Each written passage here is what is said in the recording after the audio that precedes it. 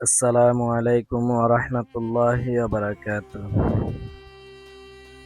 আজ আপনাদের সামনে অশ্রুজরা এক বৃদ্ধা মায়ের করুণ কাহিনী নিয়ে আলোচনা করব। কাহিনীটি হচ্ছে নরসিংদী জেলার মেথিকান্দা রেল স্টেশনে এক বৃদ্ধা মায়ের অবস্থান। আজ থেকে দীর্ঘ ২৫ বছর আগে এসেছিলেন এই স্টেশনে এক নারী, নাম তার ববি বেগম। আসলে এই নাম তার নয়। তিনি এখানে আসার পর থেকে এই স্টেশনের মানুষগণ তাকে ববি নামে সম্বোধন করেন। তিনি এই স্টেশনে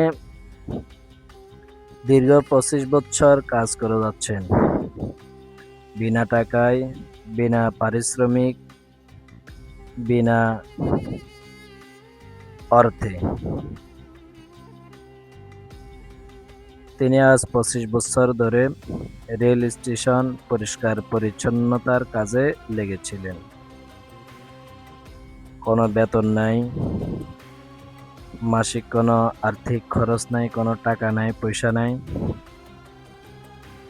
মানবতার সেবায় নিয়োজিত হয়ে এই বৃদ্ধা মহিলাটি ববি বেগম পরিচ্ছন্নতার কাজ করে যাচ্ছেন।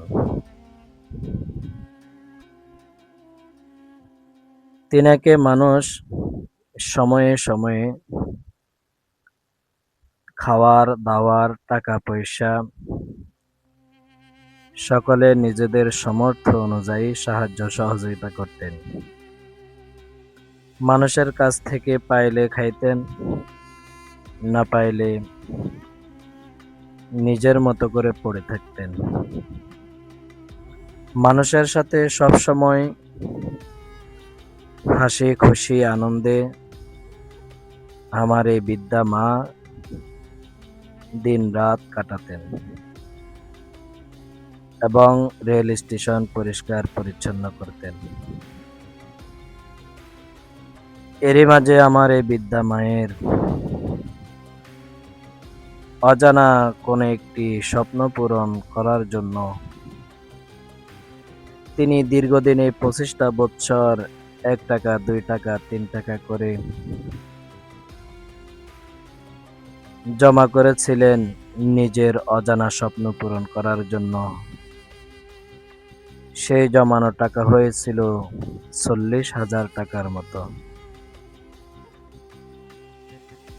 এই টাকাগুলো সবসময় তিনি নিজের কাছে রাখতেন।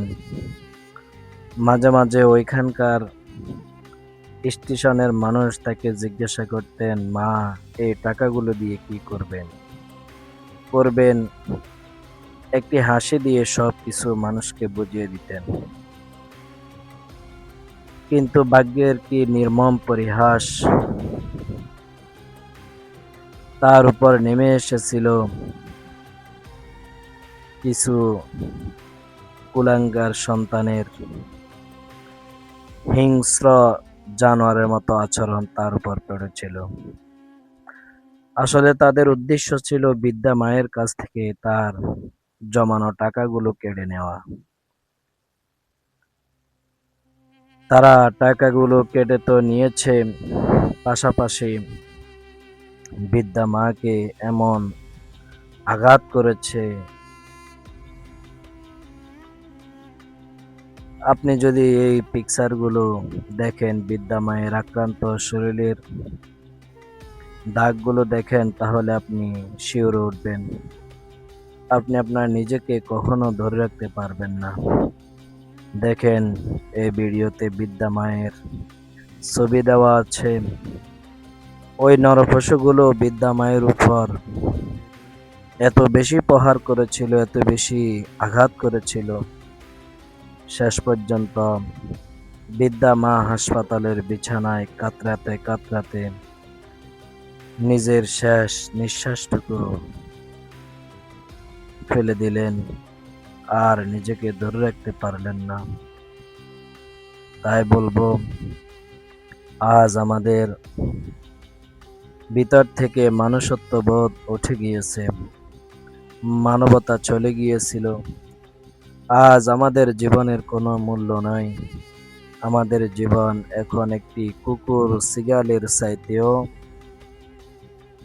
নিচে চলে গিয়েছে। রাস্তার একটা কুকুরের জীবনের দাম আছে। আজ এই নশ্বর পৃথিবীতে সৃষ্টির সেরা মানুষের কোনো মূল্য নাই। আজ ববি বেগম ইন্তেকাল করেছে। নরপশুদের হাতে সে আহত হয়েছিল। এইভাবে আরো কত হাজারো ববি বেগম তাদের জীবন শেষ করে দিচ্ছে নরপশু সে হাইনাদের হাতে। এই জন্য আমরা বলবো সে নরপশুগুলোকে আইনের আওতায় এনে দ্রুত তাদের শাস্তির দাবি করছে। এই ছিল ববি বেগমের এক নির্মম পরিহাস।